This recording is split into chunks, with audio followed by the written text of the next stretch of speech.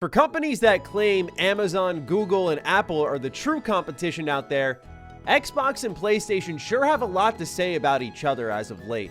Especially this year, the console wars are more real than ever. And ladies and gentlemen, the most exposure we had to this situation was over in Brazil, where the Xbox Activision deal was submitted to regulators for review, and we saw various statements come out from PlayStation and from Xbox as they had a bit of a back and forth. The difference there, however, is it was typically a spokesperson on behalf of these entities that was speaking and submitting statements about what's going on with the deal and why it was fair or not fair. It wasn't until today that we've seen a true public back and forth through the press from Phil Spencer and Jim Ryan, head of Xbox, head of PlayStation. It's really interesting. This is drama. This is actually drama. But perhaps what has less drama is this quick word from our sponsor. The following video is brought to you by Skillshare. Skillshare is an online learning community with thousands of inspiring and creative classes for anyone who loves learning. Invest in yourself and your personal growth. If you want to go ahead and do so, the first 1,000 viewers of mine to sign up through my link in the description will get a 1-month free trial of Skillshare so you can start exploring your creativity today. So of course we painted the backstory here on what happened in Brazil, but where these two start interacting is in a story we covered earlier this week on Monday, where we went over a ton of Xbox news where things have really been popping off. And one of the things that we went into was Microsoft saying the following in a statement to Verge, where Phil says, in January, we provided a signed agreement to Sony to guarantee Call of Duty on PlayStation with feature and content parity for at least several more years beyond the current Sony contract, an offer that goes well beyond typical gaming industry agreements.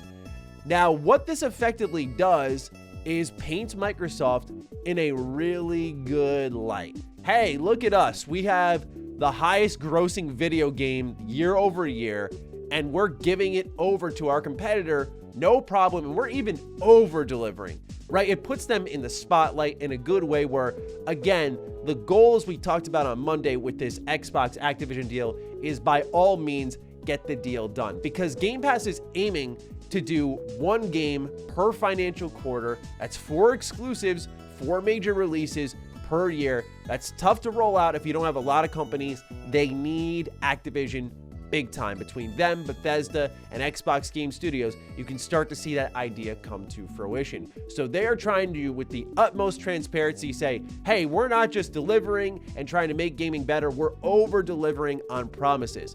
So again, the perspective for Xbox is very positive, and in a very subtle way, it does paint PlayStation in a negative light, because the talk of the town is, well, PlayStation would never do this, and I think that's fair to say. They've never shown any reason why we should doubt that notion. Xbox has also been painting Sony in a negative light in subtle ways, such as the letter submitted by Microsoft to regulators saying what they plan to do with Activision IP once the deal goes through, talking about Game Pass. But at the bottom of the forum, they do say, well, if you take a look at Tencent, when you take a look at Sony, they are also expanding their portfolios, so we're just doing the same thing. And this is something that even Satya Nadella, CEO of Microsoft, has said in the past.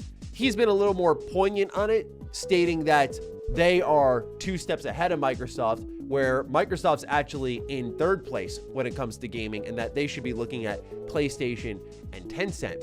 So here is where things truly begin to unravel, as there has now been a statement submitted to gamesindustry.biz by Jim Ryan, and his words are mighty scathing. We're going to get really deep into this one.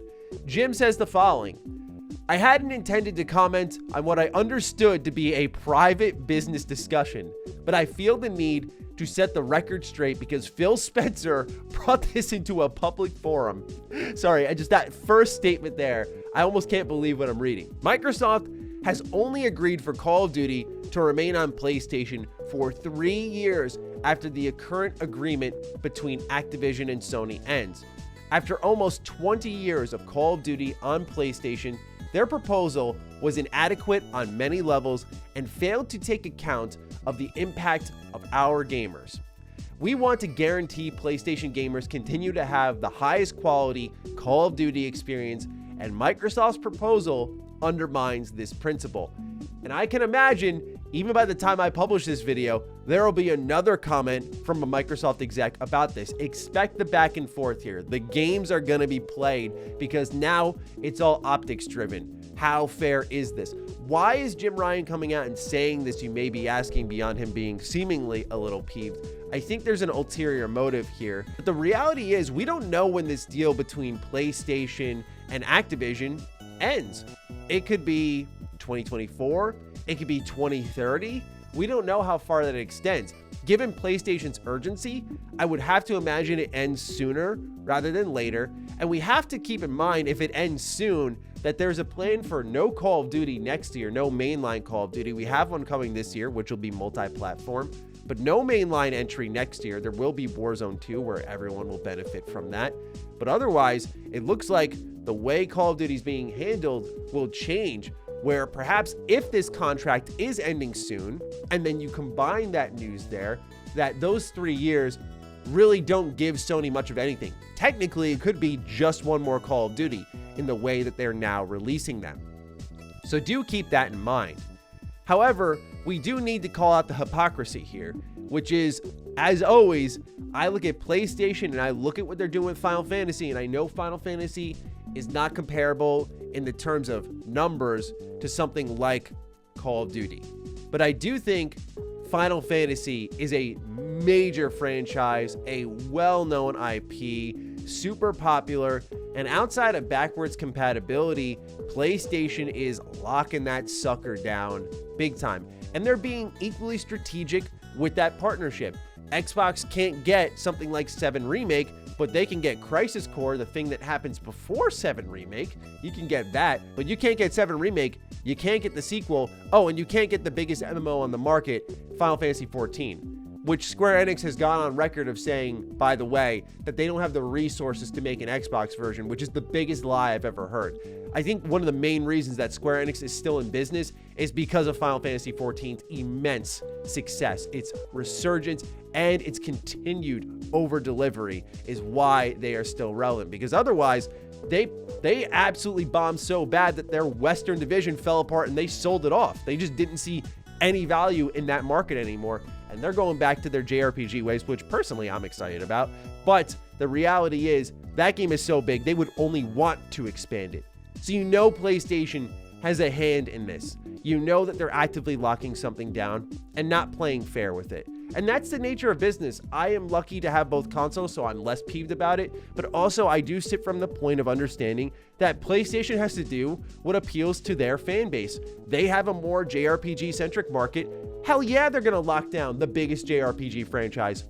So Xbox, aka the shooter box, has every right, I feel, to lock down Call of Duty if they want to. But they're not. But they could, and it would make sense since there's been a long association with first-person shooters and Xbox. There's that. Plus, Call of Duty was deeply tied to Xbox in its early lifespan before it had actually grown a lot and started making deals with PlayStation. But now I also want to get into why I think PlayStation's a little bit panicked about this. A lot of people always break it down to money, money, money. Of course, that is a major factor here. PlayStation wants to get that big dough. But I also think it's that they'll be more willing to let go of this when their live service stuff is ready to go.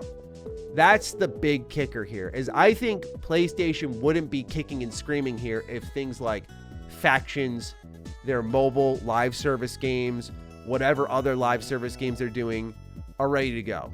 Because when you look at Sony's recent actions, and I know they don't acquire in a panicked manner, you should never do that if you're a business, is just buy up studios because you're nervous about something happening. There is such a thing as protective purchases, of course, but the notion that Sony bought Bungie, Savage Game Studios, Nixxes, so on and so forth, because they were nervous, I think is an uneducated take.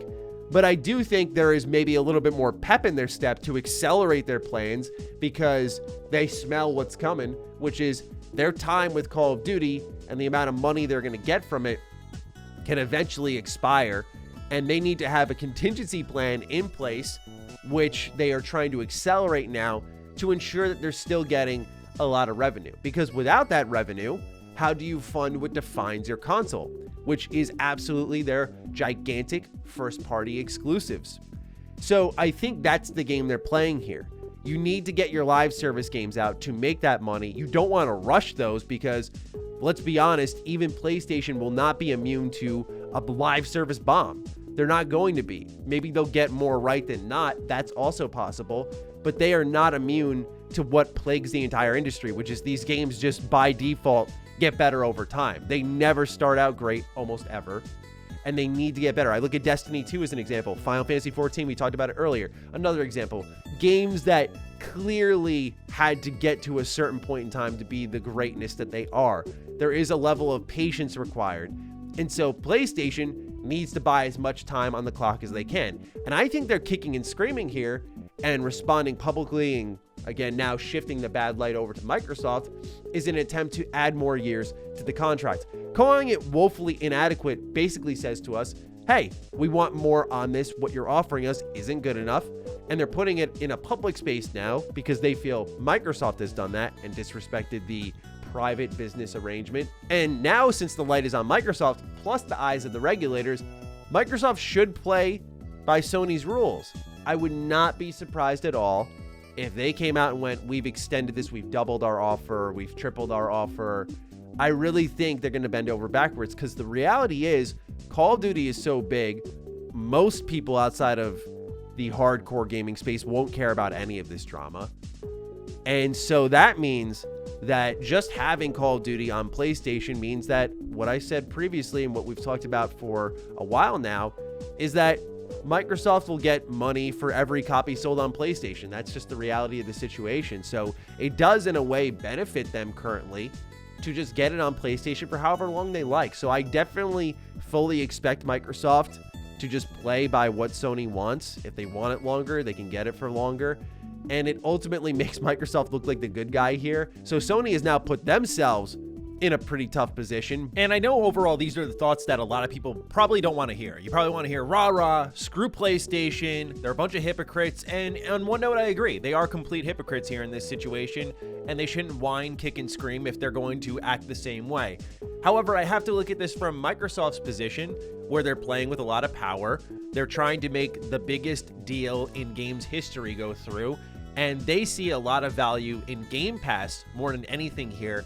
And I think it goes beyond Call of Duty more than people realize, where having Call of Duty as a part of your service will benefit Microsoft more than making this exclusive. So let Sony kick and scream, have the game, and honestly, when you have it on Game Pass as an option, and people will look and go, oh, $15 a month for this plus, oh, all of these games, okay. Or I can spend $70 over on PlayStation. It effectively sells itself, so let PlayStation have it and just move on. But it does speak to currently Sony's desperation, because why else would you kick and scream? I mean, yeah, of course, it's Call of Duty, but they look like without this, they're going to be insanely vulnerable as a company.